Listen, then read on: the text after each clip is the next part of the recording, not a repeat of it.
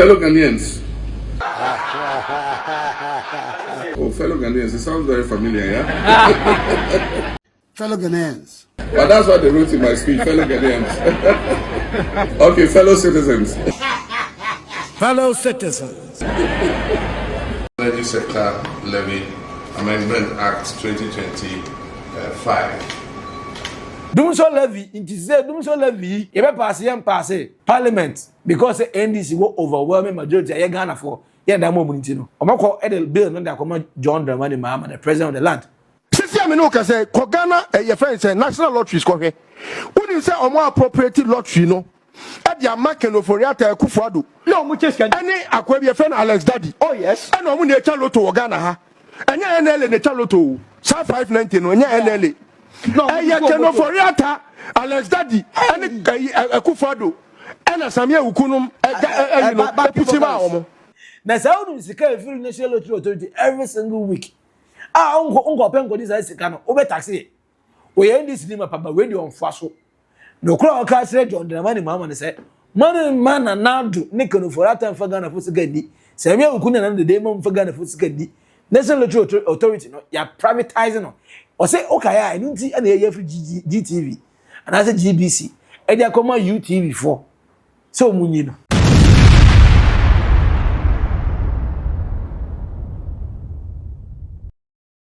John Mahama, Ghana Mampany, the president of the land, the first gentleman of the land. Papano Egusua Orchichi MP before.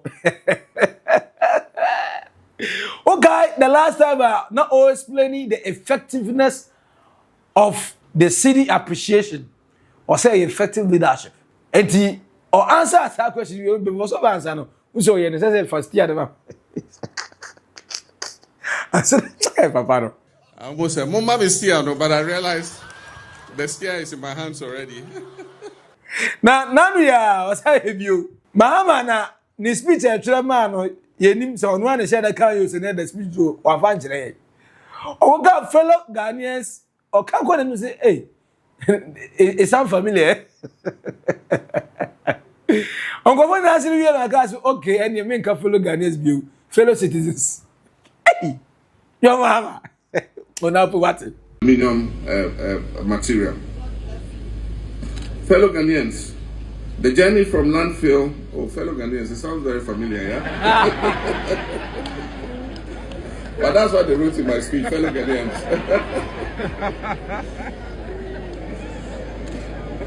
Okay, fellow citizens. Oh, now, why are you naked truth on old Burger Trends? Making sure say over subscribe, we like it. We are over share. I'm a unya so and you be here now. Before that, we be just comment at the comment section. I say Edino unim dada bo Maxi billion. Now John Mahama, ana wako sere or sere sa. I don't know what the car answer.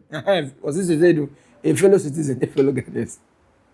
Now we are the guy say Mahama and then ye burn a libreso. Ya mama sere. Ada ni ate say ye the bill be able to anim Energy Sector Amendment Levy oversight. And so mun ka fra. Se si akwa masen wi a chief of staff for the league video mu. John Mahama bill na ye de call parliament anajo. Na minority voice omon pene. Na majority voice e one city pe nti yentria. En kan yesa yantu eboase bibia be fine omo be so Dumsor e ma no nti MPP akukudamfo afenyo markets mu say e levy your friend is Dr. Mahamudu Bawumia say one who wakadre na omo de ayemo no omo de from e levy omo pende omo de Dumsor Levy nti say dia minority for say je fan frɛ sa bill ni Dumsor Levy nti say Dumsor Levy e be pass parliament because the NDC will overwhelming majority I Ghana for that moment no. Omako Edel Bill and come John Mahama, the president of the land. Also before so I was Ghana for me pamacho me was mesra sem kan. Then working there say Ghana hey man to abama me say membra na membeye de emre efun ko a na mo no e do difficult times I seem to take tough decisions. And yeah, dear gun and Nibia Prince of Gobetria tax. I'm gonna you come and pay, say Banasa, but a car good horn. Say, and Jacano. Now at the same time, and for annual operational cost, and say, better soon, MYA, into moon bear with me, the president. Meaning, say a hard decision, but I have to take it for the interest and the betterment of your Ghana, so be a doom so you try say forever and ever. Or simply say, as energy levy, not in several forms. They be to say toll levy, they be to say ESLA levy, and they are do energy levy, energy sector levy. You know, you pay, but Odonyan coupon hatas free can't tell me, say, for the first time, you can trust that a government will take a tax and it will be used for the intended purpose. The entire day tax, and no one, I need to pay. Young calling go to John Mahama. Energy Sector Levy Amendment Act 2025. The energy sector debt has been the Achilles heel of our economic growth and sustainability for many years, and there have been many attempts to try to resolve it. From the time of the toll levy to the Energy Sector Levy Act ESLA. Today we are signing the Energy Sector Levy Amendment Act. All this in a view to trying to eliminate the energy sector debts and stop the crisis in the energy sector and create an energy sector that delivers lower tariffs and better service to our people. I wish to pledge to the Ghanaian people that we are determined to solve this energy sector crisis once and for all and resolve the issue of the energy sector debt. Eti John Mahama ana wakana asem no or say tax no die ye no I say de be no one de be ye de kwa koso Dumsor, and in fact after say be wie bibia na mo say yes scanner die no and home faso ana munya ya mo say Dumsor etu atwa once and for all afi be de say Ghana ni we ko trainers the 5 days na maka say unim de friend lighthouse and kola na ye ba be wo mo foforo no omo hu de friend lighthouse and ba be bo mo ja anya mi because the light you do like to say pet na ngo papa fu ma kwache mo yere na ma sha se bi o mo rof tini na tu be twa and me na me ka ho anya Mahama ne kan me na maka ma asem na owie no na listo kusi opoku na kusi poku ese aho John Mahama unim say National Lottery Authority abra na adodan kwa akofado one your friend is saying Ken Oforata as a finance minister.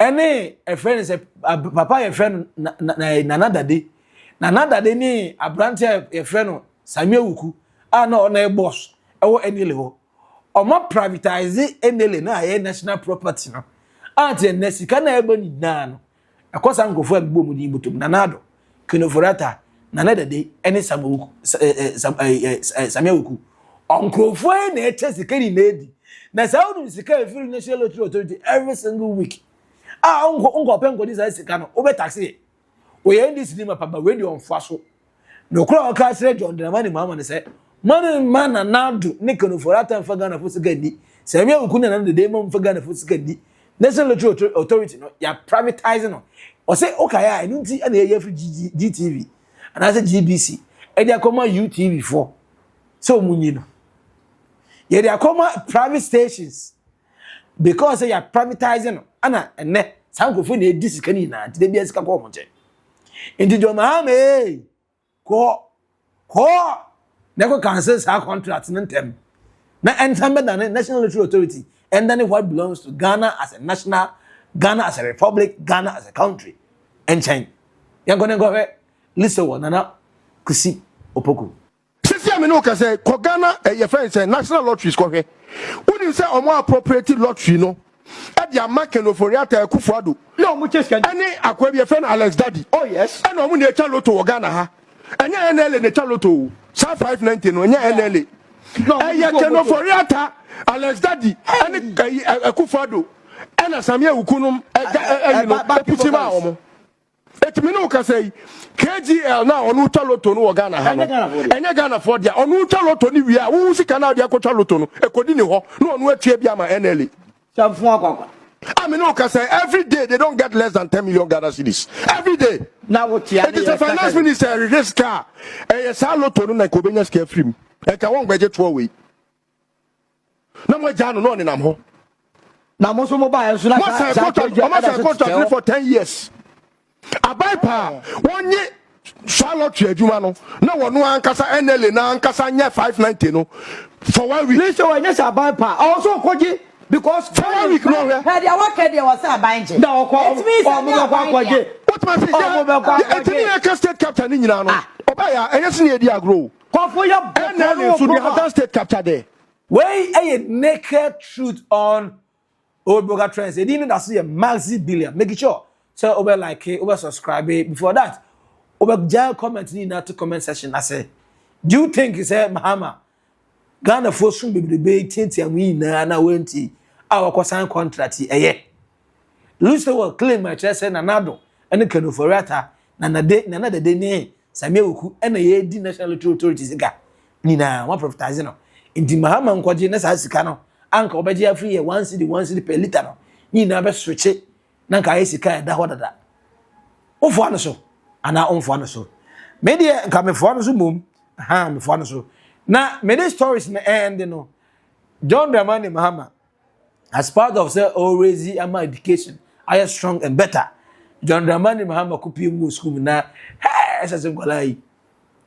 Or what's your no to school ni back and pass. Now we boys say, hey, John Mahama president and down pass. And so we're sitting that. On keep me forever never. On keep you some message man will see that. Or bet you cry to the end to the end of my cotton or museum. With my caution, say President and Power so. Where are you on the license note? And John Mahama, the same person. Or fellow Ghanaians as I grow now gas I grow near we. But Becca any present back who are why. Sa energy sector bill no wa passing into law. Njene ayemra a ebe take effect enche ogoto fuel like I na me be say me to 3 liters. The we need 3 liters 3 cedis obeje me fala obuga for say go metri echimu. Ubetri echimu mama me. Sa trega na we tie se ba mobotum. They say me to 3 4 5 liters 4 5 cedis. Mahama san e law adanemra ndu pe ne abenza aka obetua ano wie ni wakasa tete se fantia no nyenyi ntu ni ntua chese papa we de oda so de sa honeymoon period no da so ye de oyewu oni se Ghana fo ye da na list wo nana pokupe nana kusipoku ese se John Mahama o reveal secret bi a kire se wunima ugopi national lotto authority a na nado dan kwa akufo ado kanu for reata na de any samia wuku sa nipa 4 yi the 4 big men omaka bum a Ghana national authority o ma privatizing no ayo mo personal business a sika na eba nyina ti de bia lot amon twa ni na sika ni na akọ mo nchen mo nkwa na echi edioma de nti na kodi sa sika no fa betuye tax and sem no na solve na bia enkwada what they say better off owe no ya obo education ti o ye new best ama school nkwada owe okwada ba akoso abese bed mu edua durable fantastic baby ebetima eduma kwanda so egu the mama ama for say we settings enye setting we settings and you know I am Mazibilian show no a naked truth on all burger trends now maybe naked truth in just 2 minutes. John Mahama, yes, obvious. Say any president that will succeed in this country is not necessarily doing what the people always say, because as followers, mostly we react with emotions. We might not have the nitty-gritty of the entire situation in our energy sector. So in our easily conclusion, we can say no, Levy ever dump a lot of stress on us. It's going to make us pay more in an era or days that we still think that we are not fairly relieved from all our struggles at the previous governments. And for that reason, we voted you into power with a massive margin, 1.6 million. Ghanaians and a car said, Davy, your broso, and the mouth, say, I do want to bit to my. So, if that is the case, and yeah, you should listen to us. But then you knows what is going on in the energy sector. We know every single details. So you have to sometimes take tough decision. I agree and understand.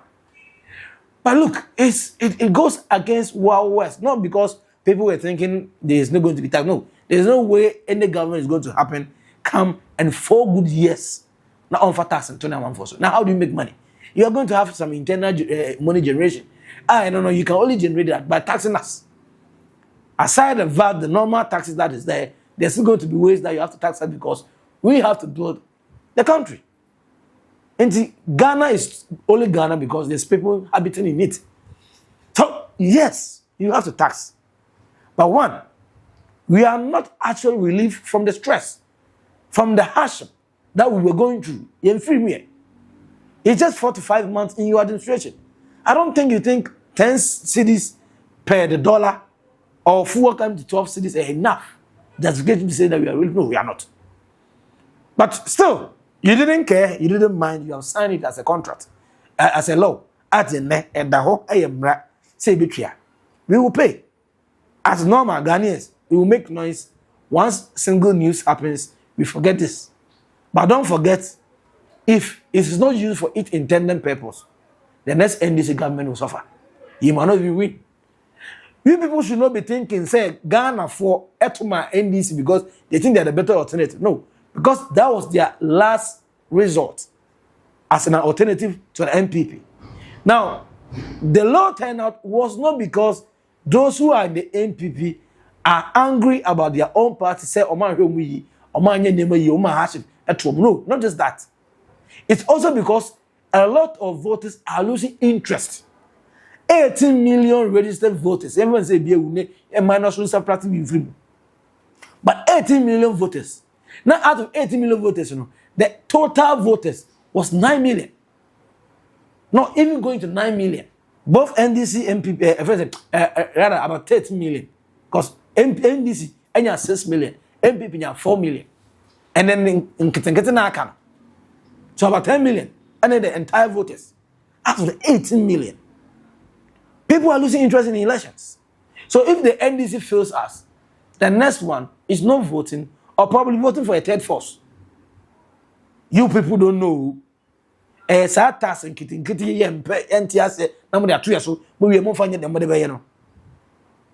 are not well relief, Mr. President. Whatever reason and tough decision you think you are making, we hope and pray it becomes better. It solves the problem. So that when people cry or talk in pain, when you are taking them 1 cedi per litre, at least they will know there is no Dumsor.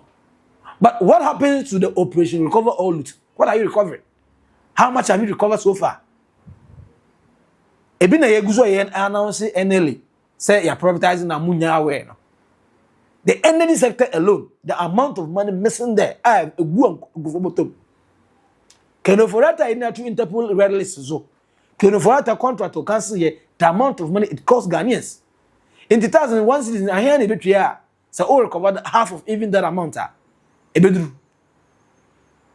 And I come policy, one of the reasons why you were voted into power is to recover it. Mr. President, don't let us be disappointed. Mr. President, it's early days yet. Mr. President, we want you to take the tough decision when it matters most. But when sometimes you can see a clear alternative, that's even far-fetched and better than the one you are implementing. You might be raising questions because the loots are there. Recover them. You promise. It's part of your policies. It's the reason why you have spent 146 million Ghana cedis for the OSP alone. Alone. The budget of Yoko is not out. The FIC is not out. The NIB is not out. Other state security agencies, it's not out yet. The budget given to Attorney General, so look at the amount of money you are spending on justice accountability and how to recover all those loot, and it's not coming. And then we are supposed to pay that extra 1 cedi per litre. Why? Me, I can't think far. I don't know if you can think far. Put your comments. Not to comment section. I say, but confirm me. Now make sure say over subscribe, over like, over share. Ammonia. and you but before that, comment no ehu ya me pa. Edino Maximilian life on naked truth on old burger trends. Macron, bye bye.